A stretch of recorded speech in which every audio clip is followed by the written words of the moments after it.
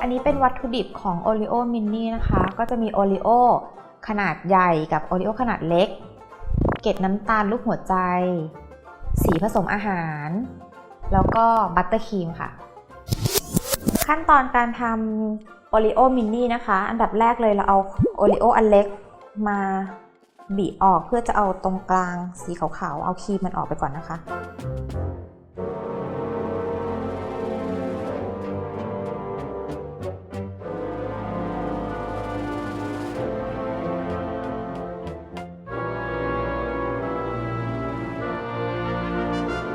ต่อไปเราจะเริ่มทำการประกอบแล้วนะคะ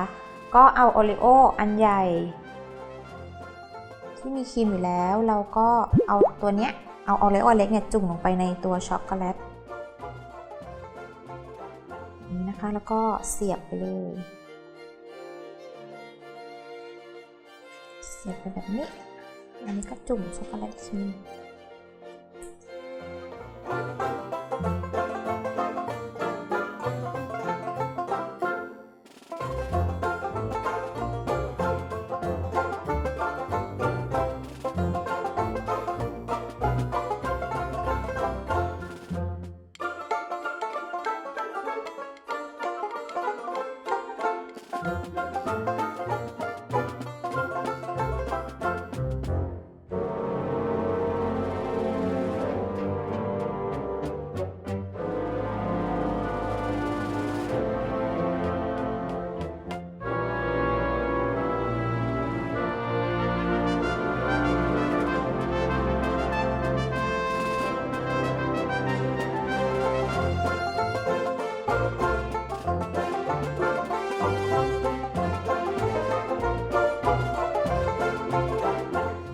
เมื่อเราประกอบเสร็จแล้วนะคะเราก็จะมา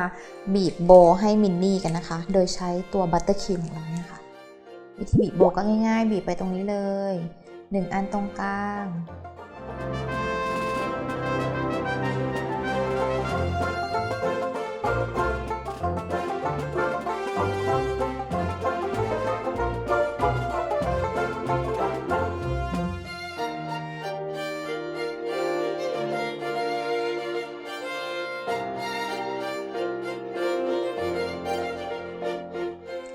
เสร็จแล้วค่ะลองทำกันดูนะคะง่ายๆ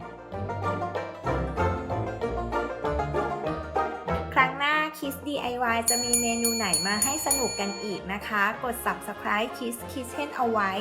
แล้วก็ที่สำคัญอย่าลืมกดกระดิ่งกันด้วยนะคะ